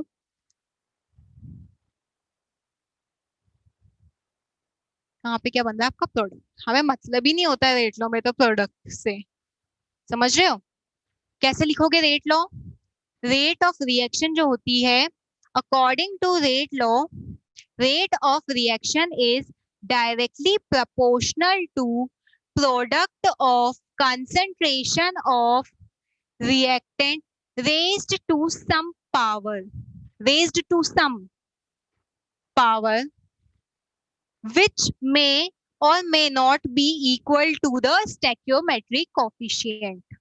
इक्वल भी हो सकते हैं और नहीं भी हो सकते हैं, है ना। तो वहां पे आप कुछ बच्चे ए भी लिख के आ जाते हैं बस अपनी ही धुन में कि भाई यार ए भी दिख रहा है, कहाँ से अल्फा बीटा थोड़ी होता होगा कुछ है ना। तो ये ध्यान रखना, अल्फा बीटा जो है वो ए बी के बराबर भी हो सकता है और नहीं भी हो सकता है, ये कब होगा वो मैं बताऊंगी अभी।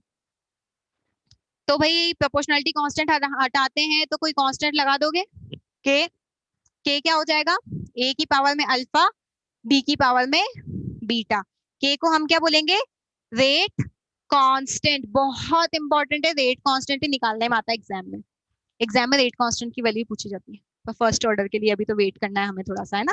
ये रेट कांस्टेंट के होता है, रेट कांस्टेंट बहुत इंपॉर्टेंट चीज है, इंपॉर्टेंट कर लेना इसको, आप ध्यान से सुनेंगे। दूसरी चीज कि यहाँ पर रेट ऑफ रिएक्शन जो है उसको मैंने इससे रिप्रेजेंट किया। अब मैंने आपको बात बोली थी कि भाई अल्फा बीटा ए बी के बराबर भी हो सकते हैं नहीं भी हो सकते, तो दो केसेस बनते हैं इसमें, है कि नहीं, केस वन बनेगा और एक केस टू बनेगा। केस वन मतलब कि भाई अल्फा जो है वो ए के बराबर है और बीटा किसके बराबर है, बी के। कब होगा ये केस वैलिड, जब कोई एलिमेंट्री या सिंगल स्टेप रिएक्शन होगी, ध्यान से सुनो, जब कोई सिंगल स्टेप रिएक्शन एक ही स्टेप में कंप्लीट हो जा रही है, वो सिंगल स्टेप रिएक्शन या फिर एलिमेंट्री रिएक्शन होगी। अब की अब की हमें कैसे पता चलेगा कि कोई रिएक्शन सिंगल स्टेप हो रही है या मल्टीपल स्टेप हो रही है, जैसे अगर मैं आपसे बात करूं, यहाँ है एच एक्स के साथ में रिएक्शन करवानी है आपको इसकी, ठीक है, एल्कीन है, अरे यार इतना तो पढ़ रखा होगा, है ना। तो अब इसमें आप इसकी रिएक्शन करवाओगे तो भाई सबसे पहले तो क्या बनाओगे, कार्बोकेटाइन का बाई बॉन्ड ब्रेक करते हो यार, है कि नहीं, सबसे पहले बाई बॉन्ड ब्रेक करके पॉजिटिव नेगेटिव लगा दिया यहाँ पे, ठीक है। उसके बाद में क्या करेंगे, फिर ये अटैक करेंगे यहाँ पे, ठीक है, सेकंड स्टेप में। तो फिर यहाँ पे पॉजिटिव वाले को नेगेटिव से, नेगेटिव वाले को आप क्या करोगे, पॉजिटिव से ऐड करके लिख दोगे, ठीक है ना।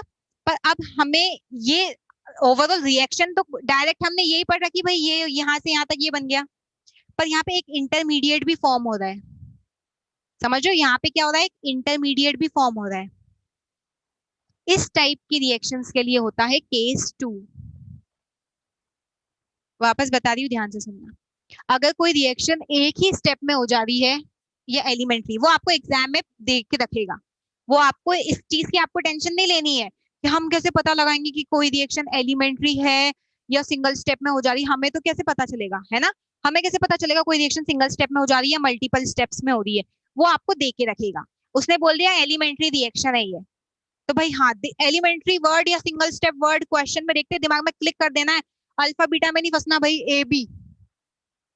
ए बी है जो भी है, अब अल्फा बीटा हमारे, है ना, आ रही बात समझ में। लेकिन अगर उसने बोल दिया कॉम्प्लेक्स रिएक्शन है, कैसी है, कॉम्प्लेक्स रिएक्शन है, मतलब दिमाग में आ जाना चाहिए मल्टीपल स्टेप्स में कंप्लीट हो रही है, उसके अल्फा बीटा वही देगा हमें, हमें कुछ नहीं पता कि भाई कितने स्टेप में है, क्या है, अल्फा की वैल्यू क्या है, बीटा की वैल्यू क्या है, वही क्वेश्चन वाला ही देगा हमें, ठीक है, एग्जामिनर ही देगा। तो यहाँ पे सिंगल स्टेप वालों के लिए ये होता है, और केस टू मतलब कि भाई alpha does not equal to A और beta does not equal to B. Clear हुई ये बात? अच्छा, डेफिनेशन ऑफ रेट लो वापस से। According to rate law, the rate of reaction is directly proportional to product of concentration of only reactant, product से तो मतलब ही नहीं होता rate law में, raised to some power which may or may not equal to stoichiometric coefficient। ठीक है, आ गई बात समझ में? इतना सबको क्लियर हो गया ना भाई, अल्फा कब है, बीटा कब है ना? आप लोगों को अगर अल्फा बीटा वो दे के रखेगा क्वेश्चन में, अगर कॉम्प्लेक्स रिएक्शन होगी तो उसका आपको कोई टेंशन नहीं लेनी है। अल्फा बीटा नहीं दे रखा उसने तो एलिमेंट्री वर्ड ढूंढ लेना क्वेश्चन में, कहीं एलिमेंट्री लिख रखा है क्या, तो उस वहां पे आपको ए बी को ही अल्फा बीटा मानना है। क्लियर है यहाँ तक सबको? सबको क्लियर है? आप लोगों को क्लियर है? आप लोगों को क्लियर है? ठीक है, हाँ। उसके बाद में अब हम यहाँ तक देखो, अब हम निकालते हैं यूनिट। किसकी यूनिट? रेट कांस्टेंट की यूनिट।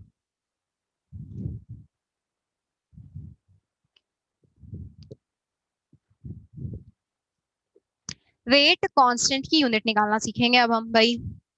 रेट ऑफ रिएक्शन क्या पढ़ा है अभी हमने? रेट ऑफ रिएक्शन, यहाँ अरे हेडिंग बदल लेते हैं भाई, हेडिंग बदलो, unit of rate constant, unit of rate constant. ठीक है, ध्यान से सुना।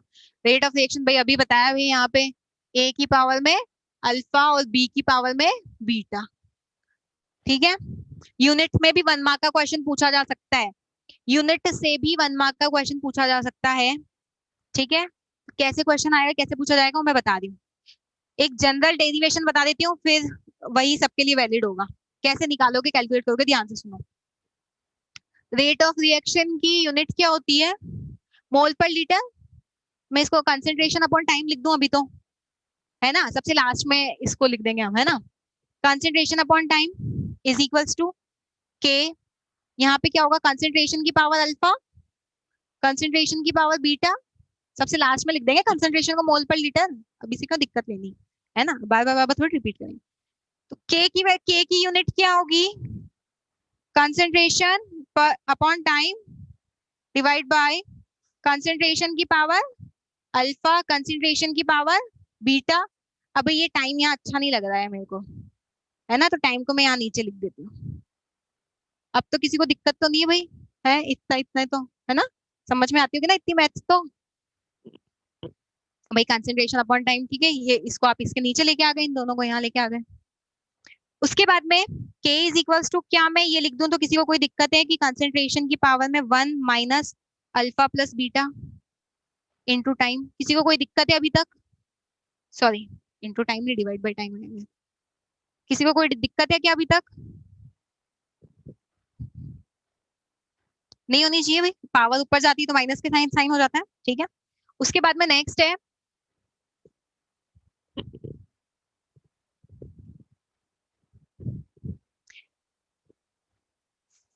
K is equals to concentration की पावर में, तो अब फाइनल वो क्या हो जाएगी, कंसेंट्रेशन को हम क्या लिख लेंगे भाई, मोल पर लीटर की पावर में 1 minus alpha plus beta divide by time. Time को क्या लिखेंगे, सेकंड। समझ गए? क्लियर हो गई ये बात? ठीक है, एक और चीज यहाँ पे आएगी, अल्फा प्लस बीटा, ये क्या है होता है, इसको हम बोलते हैं ऑर्डर ऑफ रिएक्शन। क्या बोलते हैं इसको? Order of reaction.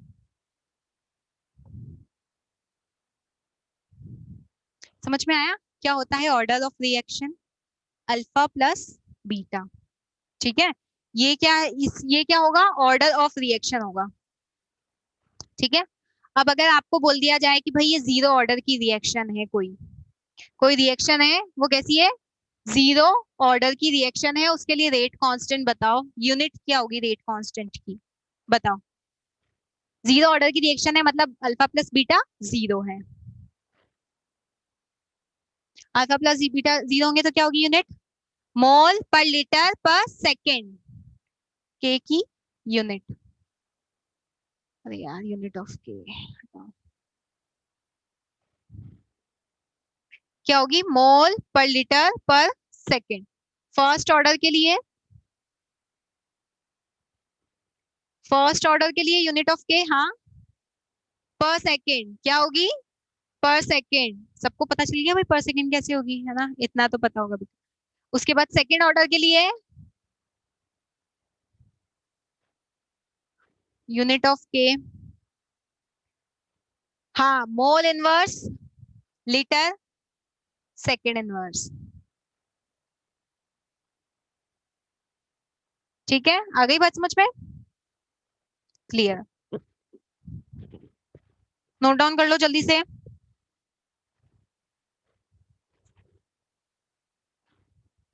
क्वेश्चंस करेंगे चलो।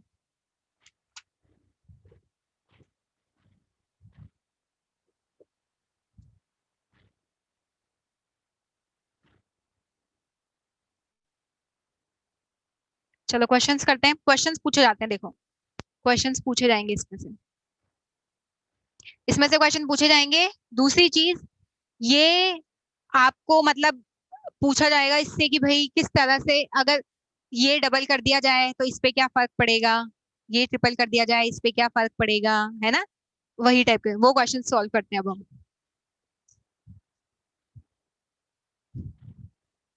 क्वेश्चन लिखेंगे, देखते हैं सबसे पहले कौन बताते हैं। फर्स्ट, इस बार तो पता चल जाएगा यार, मतलब देखते हैं सबसे पहले किसको समझ में आ गया रेट ऑफ रिएक्शन। क्वेश्चन है, फॉर अ रिएक्शन ए से प्रोडक्ट बन रहा है, if if concentration of reactant is increased by four times, then rate of reaction is also increased by four times. Find out order of reaction. इतना simple question है, अभी तक तो answer आ भी जाना चाहिए। किसी का आया आंसर? अच्छा, ऑनलाइन है जितने स्टूडेंट्स उनमें से किसी का आया आंसर? दीपक मीणा ने आंसर दे दिया है। हाँ, वन। कितना होगा आंसर? वन। फर्स्ट ऑर्डर आदिश सलमान, वेरी गुड। हाँ, कितना होगा आंसर? वन। भाई यार ये तो एकदम कॉमन सेंस वाली बात हो गई है। ये कोई क्वेश्चन हुआ क्या? क्या है क्वेश्चन? क्या बताया मैंने कि भाई रेट ऑफ रिएक्शन किसके इक्वल होती है? के टाइम्स ऑफ, भाई ए की पावर अल्फा लिखोगे यहाँ। अभी बोल रहा है भाई साहब की रेट ऑफ रिएक्शन जो है वो फोर टाइम्स हो गई, भाई फोर टाइम्स कर दिया हमने, ठीक है। और क्या हो गया? कंसेंट्रेशन रिएक्टेंट का वो भी कितना टाइम्स हो गया? फोर टाइम्स हो गया, ठीक है। तो आपको ऑर्डर ऑफ रिएक्शन बताना है। आपको क्या बताना है? Order of reaction. भाई equation one equation two divide कर दो, वन डिवाइड बाई टू, ठीक है। कितना आएगा? फोर इज इक्वल्स टू, के से के तो कैंसिल हो ही गया है, फोर की पावर में अल्फा। यार इतनी मैथ्स तो है ना, बिल्कुल ही बेसिक चीज बताइए, अल्फा की वैल्यू क्या होगी? वन। क्लियर हो गया? हाँ, आप लोगों को क्लियर है? ठीक है, नेक्स्ट क्वेश्चन करेंगे। भाई ऐसे करना है, वहां बोर्ड में है ना, ये लिख के आना, ये रेट लो। हाँ, ये जिनको ये आधा नंबर इसी में मिल जाएगा, है ये डायरेक्ट यहाँ पे मत जंप लगा देना, पहले रेट लो, है ना, यहाँ पे लिखना भाई अकॉर्डिंग टू रेट लो, ठीक है, इस तरह से। नेक्स्ट क्वेश्चन करेंगे।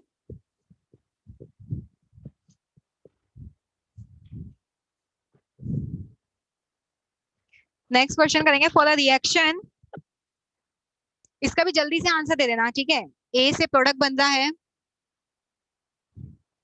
If if concentration of reactant is increased by 4 times,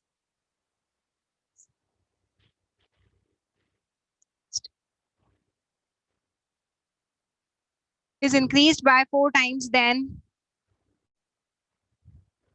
rate of reaction is increased by, so sorry यहाँ पे 1 मिनट, बाय के बाद यहाँ पे 2 करो, 2 टाइम्स करो, यहाँ पे करेक्शन करो जल्दी से। If concentration of reactant is increased by 2 times then rate of reaction is increased by 4 times.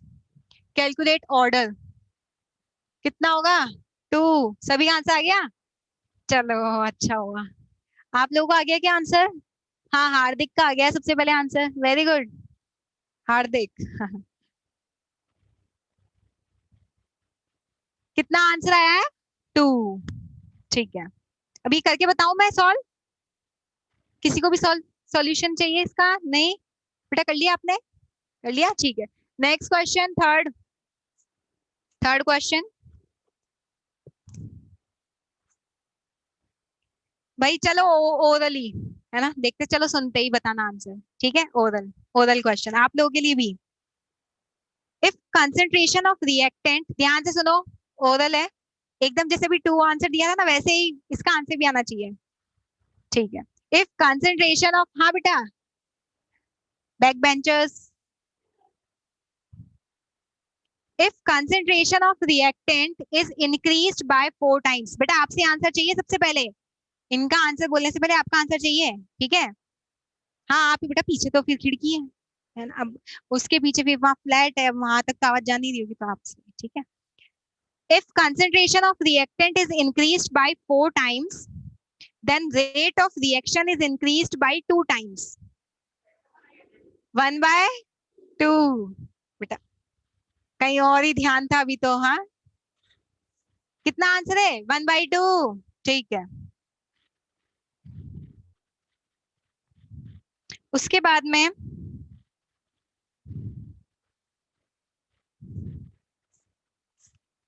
एक और क्वेश्चन और कर लेते हैं अभी, ठीक है? क्वेश्चन लिखेंगे, थर्ड क्वेश्चन। देखो पूछा जाएगा ये क्वेश्चन, है ना? ठीक है, हंसी मजाक नहीं कर रहे हैं हम कि अरे ये ठीक है छोटा सा क्वेश्चन दे दिया, अरे वाह मजा आ गया। पूछा जाते हैं ना, ऐसी बोर्ड में पूछे जाएंगे आपसे क्वेश्चन। नेक्स्ट क्वेश्चन लिखो, फॉर द रिएक्शन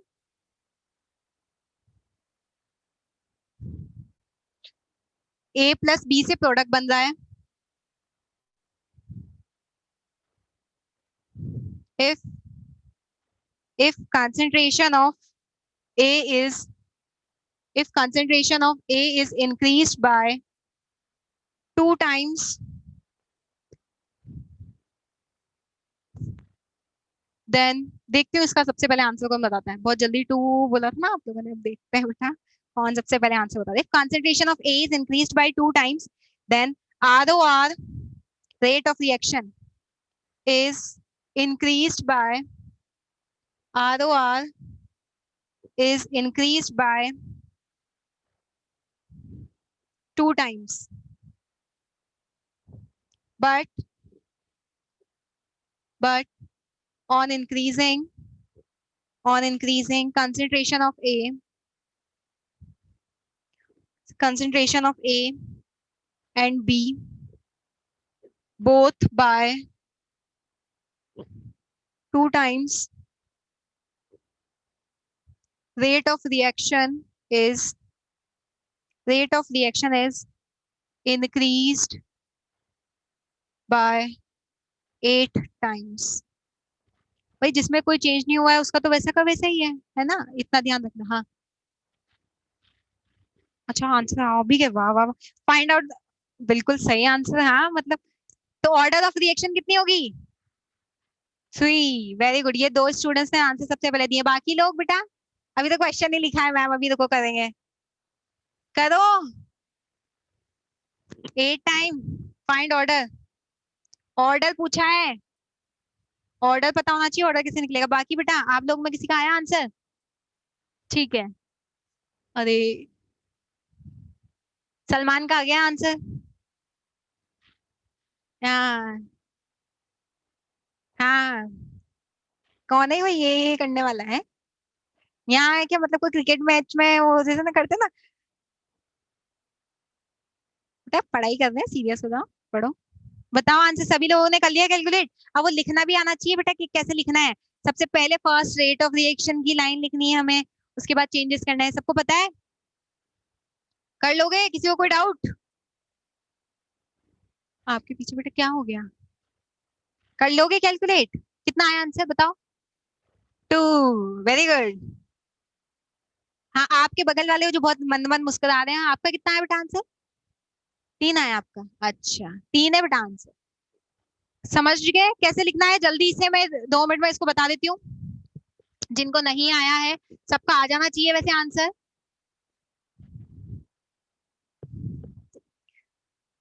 ठीक है, सही है वैसे, अगर मतलब यही स्पीड चलेगी तो जल्दी कोर्स हो जाएगा, ठीक है मतलब।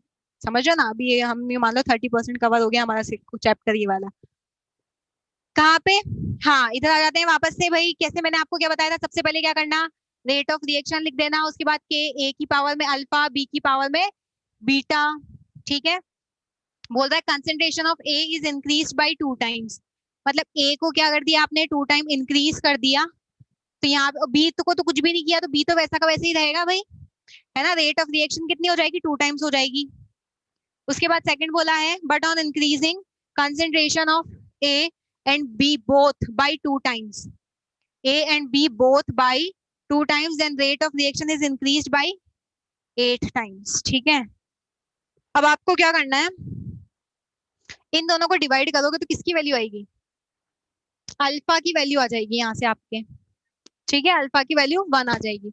उसके बाद में इन दोनों को डिवाइड करोगे तो बीटा की वैल्यू आ जाएगी आपके पास में 2।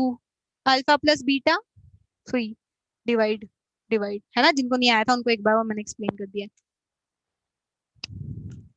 समझ गए यहाँ तक? है ना, ऐसे क्वेश्चन हैं आपके, है ना। 2-3 इक्वेशंस बनेंगी जैसे यहाँ पे मैंने बनाई है।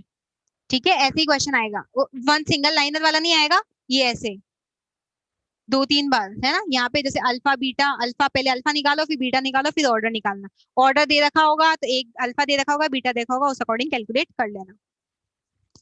नेक्स्ट आ जाते हैं हम। नेक्स्ट। हम्म मॉलिक्यूलरिटी और ऑर्डर ऑफ रिएक्शन में क्या अंतर है वो मैं बता देती हूँ। ये पूछा जाता था पहले बहुत ज्यादा, 2-3 नंबर का। मॉलिक्यूलरिटी और ऑर्डर ऑफ रिएक्शन में क्या अंतर है? उससे पहले चलो, हाँ नहीं चलो यही बता देती हूँ पहले। नहीं नहीं नहीं, चलो पहले उससे पहले फैक्टर्स बता देती हूँ। फैक्टर्स लिख लो आप पहले, ये 2 मिनट के फैक्टर्स हैं ये।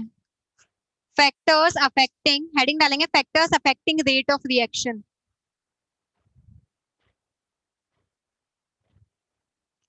Factors affecting rate of reaction. भाई एक फैक्टर बता सकते हो आप में से कोई? अभी बताया जस्ट, कंसंट्रेशन ऑफ रिएक्टेंट। भाई कंसंट्रेशन ऑफ रिएक्टेंट पे तो रेट ऑफ रिएक्शन डिपेंड कर रहा था। ठीक है, तो किस पे डिपेंड करेगा सबसे पहले? कंसंट्रेशन ऑफ रिएक्टेंट, इस पे भाई ये डायरेक्टली प्रोपोर्शनल होता है। ठीक है। उसके बाद सेकंड फैक्टर हो जाएगा इसमें physical state of, physical state of reactant. मतलब आपको पता है ना भाई, गैसियस फॉर्म में ये बहुत जल्दी रिएक्शन कर जाते हैं। गैसियस रिएक्शन में रिएक्टेंट्स जल्दी रिएक्ट करते हैं रेदर देन फिर लिक्विड एंड देन सॉलिड। ठीक है भाई, गैसियस स्टेट में जल्दी, उसके बाद फिर लिक्विड में, देन सॉलिड में। थर्ड, थर्ड लिख लो सरफेस एरिया। बताओ सरफेस एरिया कम होगा कि ज्यादा होना चाहिए कि ज्यादा होना चाहिए? रिएक्शन की रेट को बढ़ाने के लिए ज्यादा, ज्यादा सरफेस एरिया होना चाहिए। ठीक है, रिएक्शन की रेट को इंक्रीज करने के लिए more surface area, more rate of reaction. जैसे कि आप यूं मान लो कि आयरन है ना, उससे रिएक्शन करवा रहे हो, या फिर उसके एकदम बहुत छोटे छोटे आपने स्मॉल पीसेस कर लिए, स्मॉल पीसेस कर लिया है ना, एकदम पाउडर्ड फॉर्म में कर लिया, तो वो जल्दी रिएक्शन कर जाएगा क्योंकि सरफेस एरिया उसका बढ़ जाता है। More surface area, more rate of reaction. जल्दी जल्दी नोट डाउन करते जाना ये फैक्टर्स। एक दो कुछ पूछ लिया तो ठीक है। कैटलिस्ट, कैटेलिस्ट आपको पता है भाई, रेट ऑफ रिएक्शन, भाई जल्दी हो जाएगी कोई रिएक्शन। कैटेलिस्ट अगर positive catalyst negative catalyst use में ले लिया, पॉजिटिव से जल्दी हो जाती है, नेगेटिव से स्लो हो जाती है। ठीक है, फिफ्थ देख लो भाई, टेम्परेचर। यहाँ पे ध्यान से सुनो, अगर आपने टेम्परेचर को क्या बोला है, अगर आपने क्या किया है, टेम्परेचर को इंक्रीज किया है तो काइनेटिक एनर्जी इंक्रीज हो गई। ठीक है, तो जिस वजह से क्या होता है, रेट, हाँ रेट क्या हो जाएगी, इंक्रीज हो जाएगी। ठीक है, सिक्स देख लो, सिक्स कौन सा है, एक मिनट, हाँ सनलाइट। सनलाइट जो होता है, रेट ऑफ रिएक्शन इंक्रीज हो जाती है अगर इंटेंसिटी ऑफ सनलाइट आप बढ़ा दोगे, फोटो इलेक्ट्रिक इफेक्ट में करते हैं ना हम। ठीक है, तो वो सनलाइट है। ये फैक्टर्स हैं जो कि क्या करते हैं, अफेक्ट करते हैं रेट ऑफ रिएक्शन को। जनरली पूछा जाएगा तो पूछ लिया, नहीं तो वाह। ठीक है, बस हाँ एक बार रीड कर लेना इसको कि ठीक है ये पूछ लिया तो पूछ लिया। उसके बाद जो अब पूछा जाता है मेन, मॉलिक्यूलरिटी और ऑर्डर ऑफ रिएक्शन, ये तो पूछा जाएगा, ये तो फिर भी ठीक है भाई, हाँ एक बार रीडिंग लगा ली। अब पढ़ते हैं molecularity and order of reaction. उसके बाद कल की क्लास बहुत ज्यादा इंपॉर्टेंट होगी, क्योंकि न्यूमेरिकल जो है, एक या तो अभी जो आज की क्लास में बताया उसमें से, अदरवाइज सेकंड कल की क्लास में से तो पक्का है एक न्यूमेरिकल होता है ये बोर्ड में। समझ रहे हो, तो कल मैं फर्स्ट ऑर्डर पढ़ाऊंगी, फर्स्ट ऑर्डर ही सुपर इंपॉर्टेंट है, उसका इवन डेरिवेशन इतनी बार पूछा गया है, डेरिवेशन पूछ लेता है, उसके बाद में एक न्यूमेरिकल दे देगा उसका। ठीक है, तो वो और टी हाफ भी दे देगा, तो ये तीनों चीजें आपको वही वही क्वेश्चंस मिलेंगे वो पेपर में, उसी का न्यूमेरिकल मिलेगा। हाँ, पर ये इनके बारे में 1 मार्क 2 मार्क का क्वेश्चन आ सकता है, molecularity and order of reaction में, असर्शन रीजन में दे सकता है, या फिर वो जो 4 ऑब्जेक्टिव टाइप में उसमें दे सकता है। आते हैं हम molecularity and order of reaction. भाई क्या अंतर होता है मॉलिक्यूलरिटी और ऑर्डर ऑफ रिएक्शन में, ध्यान से सुनना।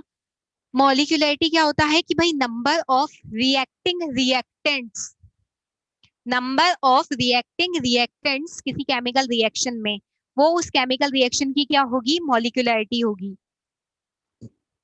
अच्छा, हाँ, नंबर ऑफ रिएक्टिंग रिएक्टेंट्स किसी रिएक्शन में।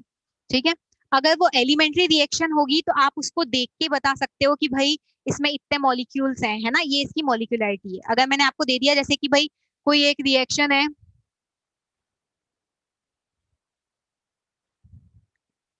ठीक है, अगर मैं आपको बोल दूं कि भाई इसमें ये एक एलिमेंट्री रिएक्शन है, ठीक है, इसकी मॉलिक्यूलरिटी बताओ, तो आप क्या बोलोगे, एलिमेंट्री है, ठीक है, तो A+B, number of reacting reactants.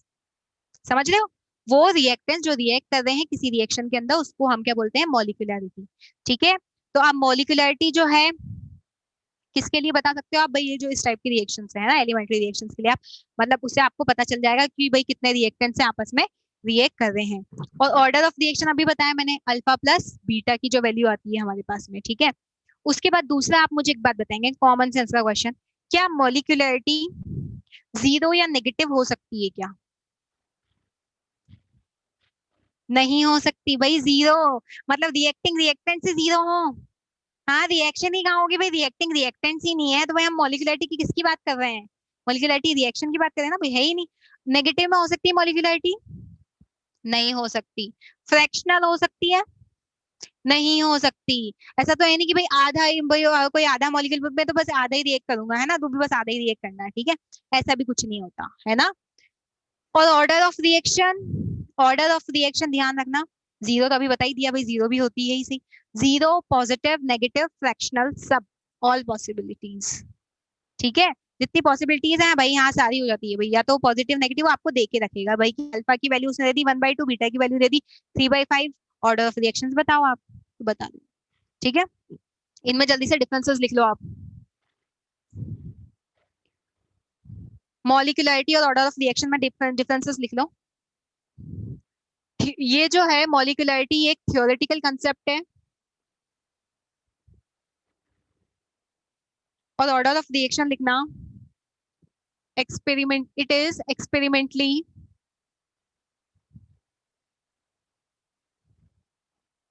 It is experimentally, अरे आउट ऑफ फ्रेम तो नहीं जाना है, हाँ ठीक है, it is experimentally determined value, आवाज नहीं, ऑर्डर ऑफ रिएक्शन क्या होता है? Sum of power of concentration of reactants in rate law, है ना? Sum of power of concentration of reactant in rate law. और मॉलिक्यूलरिटी अभी बताया, डेफिनेशन क्या होती है इसके? नंबर ऑफ रिएक्टिंग रिएक्टेंट्स, ठीक है, in rate law expression.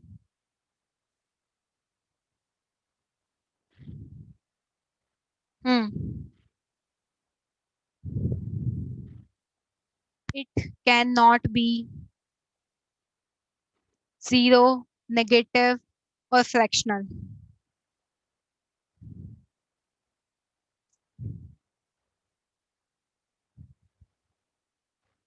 It can be zero, negative और fractional. ये होल नंबर में होती है, ठीक।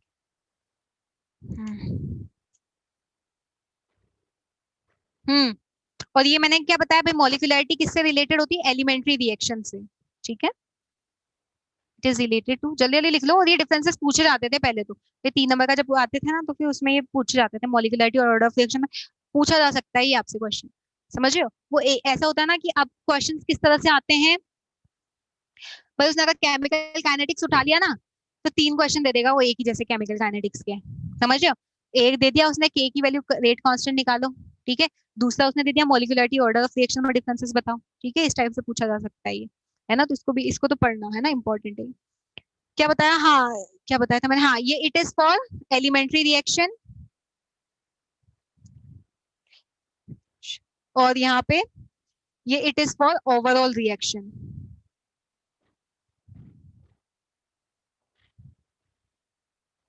Overall reaction. अच्छा अच्छा, बहुत ज्यादा लाइट है क्या? नहीं बेटा, यहाँ पे तो डार्क ही है। अच्छा रुको, मैं मार्कर चेंज करती हूँ। ठीक है, अब और थोड़ा डार्क वाला मार्कर ले लिया, वैसे तो ये भी डार्क ही था। क्लियर हो गई बात यहाँ तक सबको? ठीक है। उसके बाद नेक्स्ट अब हम पढ़ेंगे इंटीग्रेटेड रेट लॉ। क्या पढ़ेंगे? Integrated rate law. हेडिंग डालेंगे इंटीग्रेटेड रेट लॉ।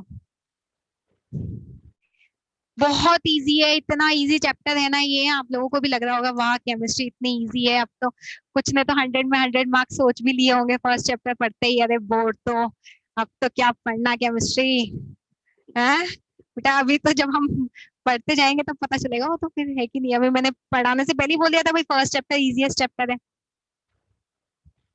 अच्छा,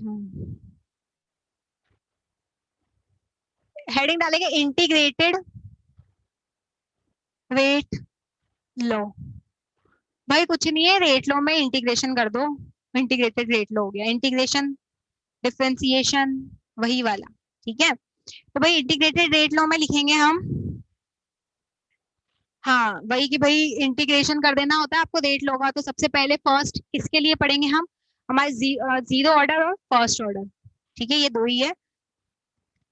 zero order for integrated rate law लिख रहे हैं अब हम सबसे पहले जीरो ऑर्डर के लिए, ठीक है।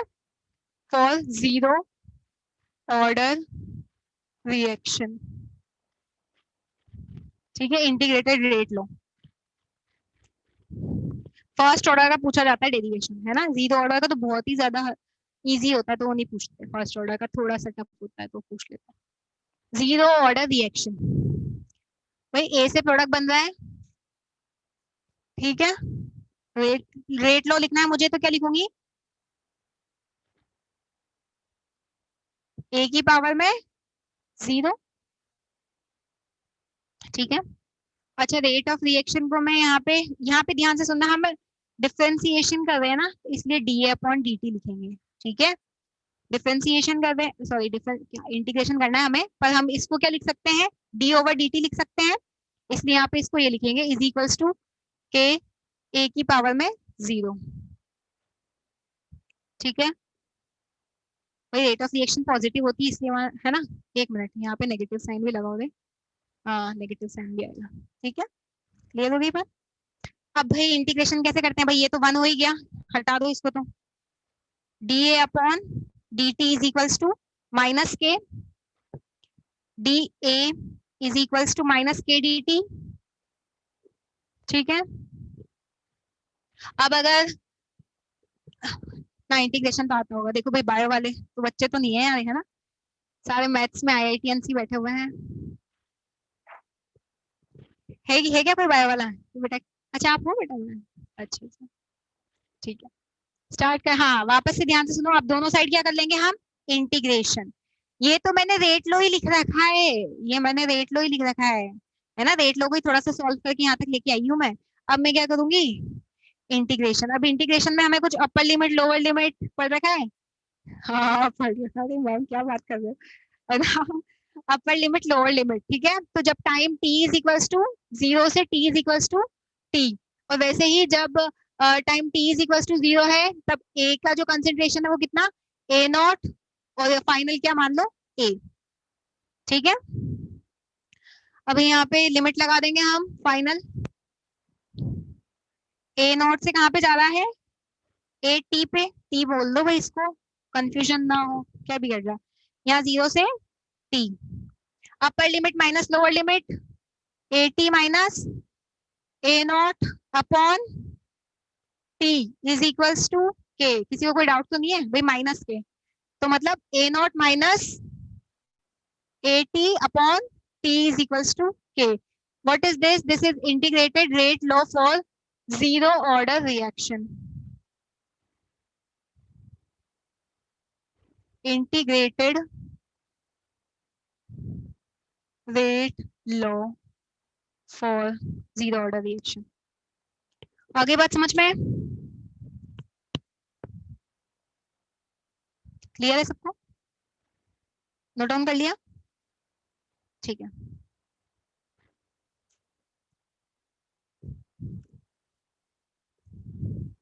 अब हम इसमें बात करेंगे टी हाफ के बारे में कि भाई व्हाट इज टी हाफ। उसमें भी कंफ्यूजन हो जाता है ना, तो अब मैं सही एक बार बताऊंगी फिर, ताकि वो आप लोग दिमाग में रखना, ध्यान से सुनना। यहाँ तक तो आपको देखो, या तो ये फॉर्मूला याद कर लेना, ठीक है, याद नहीं हो तो वहां पे डिराइव कर लेना बोर्ड के पेपर में बैठे बैठे, ठीक है, ठीक है, आपके ऊपर है फॉर्मूला, आपके ऊपर है।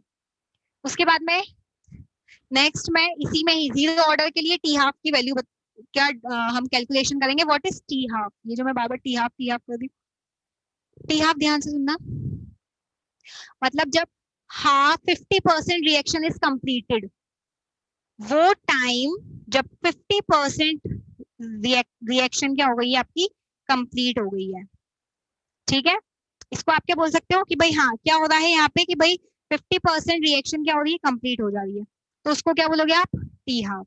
ठीक है, अच्छा किसी ने यहाँ पे बोल दिया T1/4, मतलब कितनी रिएक्शन कंप्लीट हो रही है, 25% रिएक्शन क्या हो जा रही है, कंप्लीट हो गई। ठीक है, ये 25 समझ में आ गया ना, 25% रिएक्शन क्या हो जा रही है, रिएक्शन कंप्लीट। अच्छा 25 रिएक्शन कंप्लीट मतलब क्या समझते हो तुम ये बात, 25% रिएक्शन कंप्लीट हो जा रही है मतलब 25% रिएक्शन, रिएक्टेंट जो है 25% रिएक्टेंट किस में कन्वर्ट हो गया, प्रोडक्ट में। टी हाफ मतलब 50% रिएक्टेंट किस में कन्वर्ट हो गया है, प्रोडक्ट में। यही बस एक यही चीज है जहाँ पे आप फंस सकते हो, क्योंकि फर्स्ट ऑर्डर में भी यही चीज आने वाली है, तो वहां पे क्या होता है आपको ये बात पता ही नहीं चल पाएगी कि आपको कितना, आपको ये ए नॉट और ये एटी में अंतर ही नहीं पता चल पाएगा। समझ रहे हो, ये आपको तो अभी तो इजी लग रहा होगा, अभी देखना जब हम क्वेश्चंस करेंगे ना तब आप कंफ्यूज हो जाओगे कि फाइनल जो रिएक्टेंट बचा है वो कितना बचा है, इनिशियल कितना था, फाइनल कितना बचा है। समझ रहे हो, तो इतना अभी अपना कंसेप्ट क्लियर रखो कि भाई अगर टी हाफ बोला है मतलब 50% रिएक्शन कंप्लीट हो गई है, मतलब कि क्या है भाई 50% आपका जो रिएक्टेंट है वो कंज्यूम हो चुका है। ठीक है, उसके बाद में अब हम बात करते हैं, अब देखो क्या अब मैं यहाँ पे अगर टी हाफ की वैल्यू लिख सकती हूँ इसके लिए, जीरो ऑर्डर के लिए यहीं से लिखूंगी टी हाफ की वैल्यू, जग रहा, इधर यहाँ पे कैसे लिखोगे, यहाँ पे ए नॉट, ए टी कितना लिखूं मैं बताओ यहाँ पे, ए टी कितना लिखूं, चलो ए नॉट बाई टू। अरे भाई आधा रिएक्टेंट इनिशियली कितना था, ए नॉट था। टी हाफ पे कितना रह जाएगा, ए नॉट बाई टू। तो ए टी कितना हो जाएगा, A naught by two divide by T is equals to K. यहाँ पे टी को टी हाफ लिख दो, तो टी हाफ कितना आ जाएगा, के।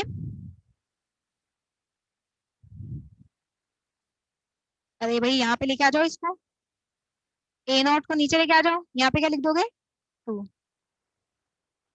बोलो ठीक है।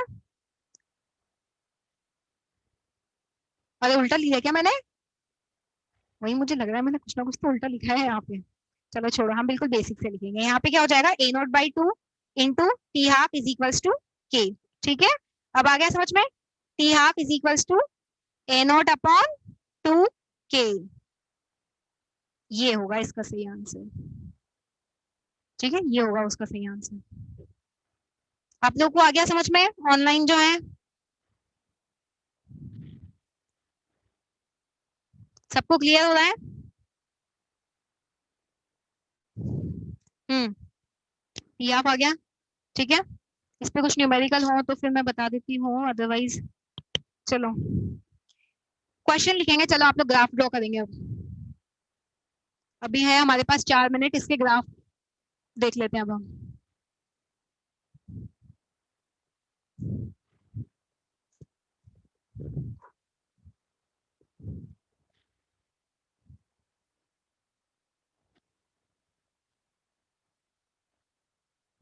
ठीक है, ग्राफ क्वेश्चन लिखो, क्वेश्चन वाली फॉर्म में लिखो, draw the graph,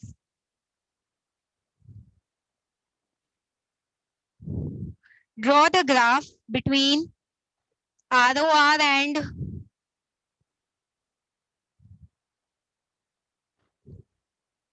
between ROR and concentration of reactant, ROR and concentration of reactant for zero order reaction। बताओ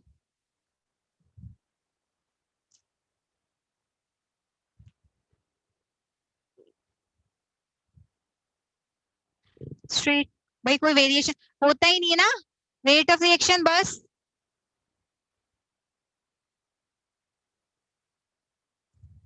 ठीक है, क्लियर हो गई बात, सबको समझ में आ गया, किसी को कोई दिक्कत है आज की क्लास में, कुछ समझ में आया, सब समझ में आया, सबको सब समझ में आ गया। किसी को कोई दिक्कत है तो अभी बता दो कि भाई मैम आवाज कम आ रही है, या फिर थोड़ा सा स्पीड बढ़ाओ, या फिर थोड़ा सा स्पीड धीरे करो, या फिर और न्यूमेरिकल बताओ, या फिर जल्दी सिलेबस करवाओ। क्या है अभी, क्या चल रहा है, जल्दी से सिलेबस करवाना है ना। ठीक है, तो बस यही टारगेट, अब चलो 2.5 को 2 कर देते हैं, और 2 कर दिया अब, है ना। ऐसा कुछ नहीं है, जब तक आपका सिलेबस हो जाएगा जल्दी से, आप 2 से 2.5 मंथ है, इसका अच्छे से पढ़ के आना, अदरवाइज फिर कल थोड़ा सा आप लोगों को दिक्कत आएगी, है ना। अच्छे से पढ़ के आना, कोई दिक्कत तो नहीं है किसी को, अभी हो तो बता दो मुझे, ताकि मैं उस अकॉर्डिंग उसमें कुछ चेंजेस करूँ, नहीं है ना। ठीक है, लेफ्ट साइड, अच्छा ठीक है, लेफ्ट साइड का मैं ध्यान रखूंगी।